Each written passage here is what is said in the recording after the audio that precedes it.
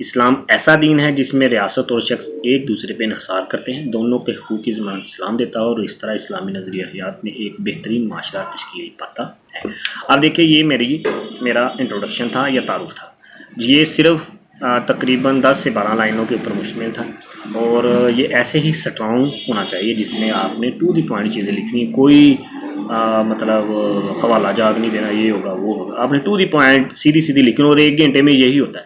مجھے پتہ ہے آپ سب لوگ بہت زیادہ پڑھے لکھے ہیں، آپ کے پاس نالج بھی ہوتا ہے سب لوگوں کے پاس، لیکن آپ نے معاملہ اس وقت یہ کرنا ہے کہ صرف اور صرف بچتا وہی بندہ ہے جس نے اپنے زیادہ علم کو 1 گھنٹے میں محدود کر کے بہترین پریزنٹیشن کے ساتھ پیش کر دی۔ تو یہی اس کی اسکل ہے، یہی اس کی مینجمنٹ ہے۔ اچھا، سیکنڈ پیراگراف کی طرف آتے ہیں، یہ بھی ہے تو تعارف کے ساتھ ہی ٹچ، لیکن اس کو میں نے چھوٹا کر دیا تاکہ یہ دکھنے میں پریزنٹیشن میں اچھا لگے۔ اسلامی نظریہ حیات واحد ایسا دین ہے جس میں ہر پہلو پر رہنمائی موجود ہے، چاہے نفسیاتی ہو یا جسمانی، جیسے قرآن شریف میں ارشاد ہے دلوں کا سکون صرف اللہ کے ذکر میں ہے۔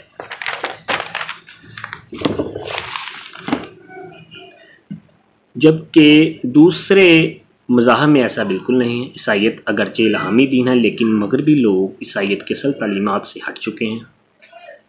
ایسے لگتا ہے مغربی ممالک نے سرمایہ داری نظام کو ہی عیسائیت سمجھ لیا ہے۔ اسی طرح روحانی سکون کے لیے مغرب کا دین بالکل خاموش ہے، وہ جزوانی سکون، مادہ پرستی اور منہ مایا میں ہی روحانی سکون تلاش کرتے ہیں۔ اصل میں عیسائیت تو صرف چرچ تک محدود ہو گئی، اس لیے آج مغرب میں مختلف طرح کی نفسیاتی بیماریاں پنپ رہی ہیں۔ اس طرح کچھ مذاہب ایسے ہیں وہ ذاتی صفائی کو ترجیح نہیں دیتے۔ پارسی مذہب میں مردے کو کیڑے مکوڑوں کے کھانے کے لیے چھوڑ دیا جاتا ہے۔ سکھ مذہب ذاتی صفائی پر کوئی خاص توجہ نہیں دیتا، لیکن اسلامی نظریہ حیات میں اسلام صفائی کو آدھا ایمان قرار دیتا ہے، جیسے حدیث شریف میں ہے الطہور شطر الایمان، کہ صفائی نصف ایمان ہے۔ مزید برآں موجودہ وقت میں دنیا میں مختلف نظام حکومت قائم ہیں، جن میں نمایاں طور پر سرمایہ دارانہ نظام اور اشتراکی نظام حکومت ہے۔ یہ دونوں نظام بھی انسانی نظریہ حیات کو مکمل طور پر مطمئن نہیں کرتے۔ سرمایہ دارانہ نظام میں مادہ پرستی، منہ مایا، پیسے کو ہی اہمیت حاصل ہے، حتیٰ کہ انسانی قدریں پیسے کے سامنے کھوکھلی ہو گئی ہیں۔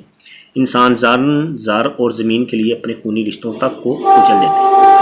آج کل اخبارات بھرے ہوتے ہیں کہ باپ نے بیٹے اور بھائی نے بھائی کو جائیداد کے لیے قتل کر دیا۔ سرمایہ دارانہ نظام اجتماعی زندگی کی طرف بالکل توجہ نہیں دیتا، جبکہ اسلام ذاتی زندگی اور اجتماعی زندگی میں ایک حسین امتزاج پیدا کرتا ہے، جس میں ہمسایوں کے حقوق ہے، جانوروں کے حقوق ہیں، عورتوں کے حقوق شامل ہیں، حتیٰ کہ اسلامی معاشرے کے سربراہ کی نافرمانی بھی ممانعت کرتا ہے۔ اسلامی معاشرے کے سربراہ کی نافرمانی بھی ممانعت کرتا ہے، جیسے قرآن میں ہے امام کے پیچھے قتال کرو۔ اس کے علاوہ اس طرح کی نظام حکومت بھی جو روس اور چائنا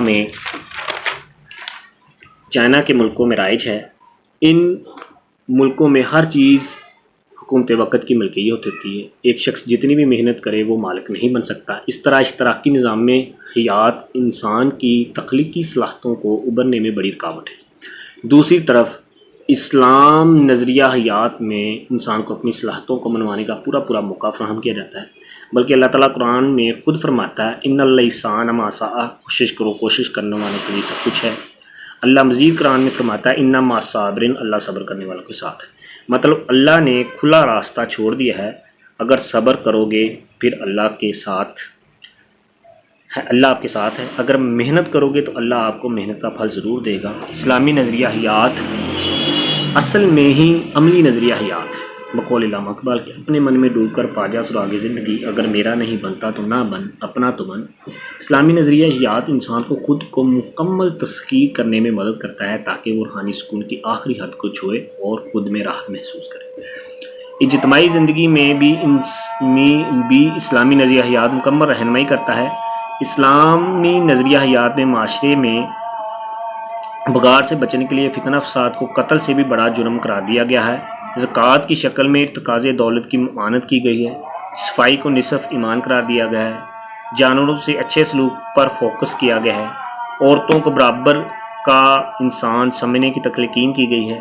ہر معاملے میں باہمی مشاورت پر زور دیا گیا ہے، جیسے قرآن میں ہے مفہوم اے اللہ کے رسول باہم مشاورت کر لیا کرو۔ اسلامی ملک کے سربراہ کے احکامات کو ماننے کی تلقین کی گئی ہے جب تک وہ حق پر ہے۔ اس کے علاوہ اسلامی نظریہ حیات میں رجعت پسندی بالکل نہیں ہے۔ اسلام اجتہاد کی شکل میں اسلامی حدود و قیود میں نئی چیزوں اور ایجادات کو قبول کرتا ہے۔ چند ملا کے نظریات کو اسلام کا نظریہ قرار نہیں دیا جا سکتا ہے۔ افسوس کہ کچھ ناقبت اندیشوں نے اسلامی نظریہ حیات کو صرف نمازوں اور روزوں تک محدود کر دیا ہے، حالانکہ حقیقت اس کے بالکل برعکس ہے۔ اسلام کا نظریہ حیات ہر پہلو کو زیر غور لاتا ہے۔ اسلامی نظریہ حیات میں سیاست کو بھی عبادت کا درجہ حاصل ہے۔ دوسرے کے لیے قربانی کا درس اسلامی نظریہ حیات میں ہی ہے۔ خاندانی نظام کی سیڑھی بھی اسلامی نظریہ حیات میں ہی ملتی ہیں، جہاں میاں بیوی، ماں باپ اور بہن بھائی کے حقوق کا تعین ہے۔ اس طرح اسلامی نظریہ حیات شرعیت اور سرمایہ دارانہ نظام میں حیات کو رد کر کے اسلامی نظریہ حیات پیش کرتا ہے، جس میں شخصی آزادیاں بھی ہیں اور ترقی کرنے کے مکمل مواقع بھی۔ ریاست اپنے بندوں کے حقوق کی مکمل ذمہ داری ہے۔ اخلاقی اور نفسیاتی پہلوؤں میں بھی مکمل رہنمائی ہے۔ خونی رشتوں کی قدریں مکمل طاقت کے ساتھ موجود ہیں، کیونکہ وراثت کے قوانین اللہ تعالیٰ نے خود قرآن میں واضح کر دی ہے۔ مزید برآں اسلامی نظریہ حیات ذاتی اور اجتماعی زندگی میں ایک بہترین مساوات پیدا کرتا ہے اور عمل کی تلقین کرتا ہے۔ بقول علامہ اقبال، عمل سے زندگی بنتی ہے جنت بھی جہنم بھی، یہ خاکی اپنی فطرت میں نہ نوری ہے نہ ناری۔ مطلب یہ دیکھیں، اس مضمون کو آپ پڑھنے کے بعد محسوس کریں گے بالکل ایسی ہے جیسے کسی 11ویں 12ویں کلاس کے بچے نے لکھا ہوا، بالکل ٹو دی پوائنٹ ربط موجود ہے اس میں میک اپ موجود ہے۔ مطلب میک اپ سے مراد یہ ہے کہ احادیث شریف ہیں، اشعار ہیں، اور ٹو دی پوائنٹ، کوئی ادھر ادھر رہ نہیں گیا، سیدھا میں نے فوکس کر کے اس کو لکھ دیا۔ اب یہ آگے چیکر کے اوپر ڈپینڈ کرتا ہے کہ وہ اس کو کتنا ایکسپٹ کرتا ہے۔ بہرحال میرا ایکسپیرینس میں نے 4-5 جو پیپرز پاس کیے، ویسے میں نے سنگل پیپرز تو میں نے زیادہ پاس کیے ہیں، یہ جو چھوٹے ملٹیپل پیپرز ہیں میں نے پاس کیے ہیں، اس میں میرا یہ ایکسپیرینس کامیاب رہا۔ تھینک یو سو مچ جی، امید ہے آپ لوگ اس کو ایکسیپٹ کریں گے۔ کوئی غلطی کوتاہی ہوئی تو آپ کمنٹس میں ضرور ذکر کیجیے گا، اگر یہ آپ کو بہتر لگے تو پھر بھی آپ کمنٹس میں ذکر کیجیے گا۔ سبسکرائب کر دیں، لائک کر دیں، شیئر کر دیں۔ تھینک یو، اللہ حافظ۔